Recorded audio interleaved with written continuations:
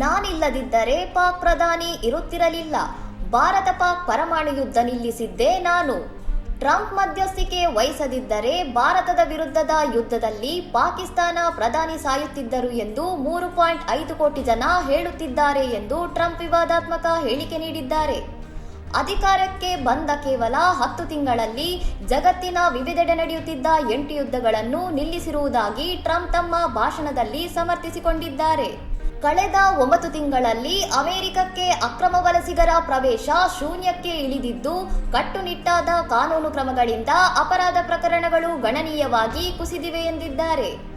ಅಮೆರಿಕದ ಹಣದುಬ್ಬರ ಶೇಕಡ 1.75ಕ್ಕೆ ಇಳಿಕೆಯಾಗಿದೆ ಮತ್ತು ಷೇರು ಮಾರುಕಟ್ಟೆ ಸಾರ್ವಕಾಲಿಕ ದಾಖಲೆ ಬರೆದಿದ್ದು, ಹೂಡಿಕೆದಾರರು ಲಾಭದಲ್ಲಿದ್ದಾರೆ ಎಂದು ಆರ್ಥಿಕ ಪ್ರಗತಿಯನ್ನು ಬಣ್ಣಿಸಿದ್ದಾರೆ. ಜುಲೈ 4ರ ವೇಳೆಗೆ ಅಮೆರಿಕಕ್ಕೆ ಸ್ವಾತಂತ್ರ್ಯ ಸಿಕ್ಕು 250 ವರ್ಷ ತುಂಬಲಿದ್ದು, ಆ ಹೊತ್ತಿಗೆ ಅಮೆರಿಕವನ್ನು ಜಗತ್ತಿನ ಅತ್ಯಂತ ಶಕ್ತಿಶಾಲಿ ಮತ್ತು ಪ್ರಗತಿಪರ ರಾಷ್ಟ್ರವನ್ನಾಗಿ ಮಾಡುವುದಾಗಿ ಪಣತೊಟ್ಟಿದ್ದಾರೆ. ಇನ್ನಷ್ಟು ಸುದ್ದಿಗಳಿಗಾಗಿ ನೋಡ್ತಾ ಇರಿ ಸೌರಂ ಟಿವಿ.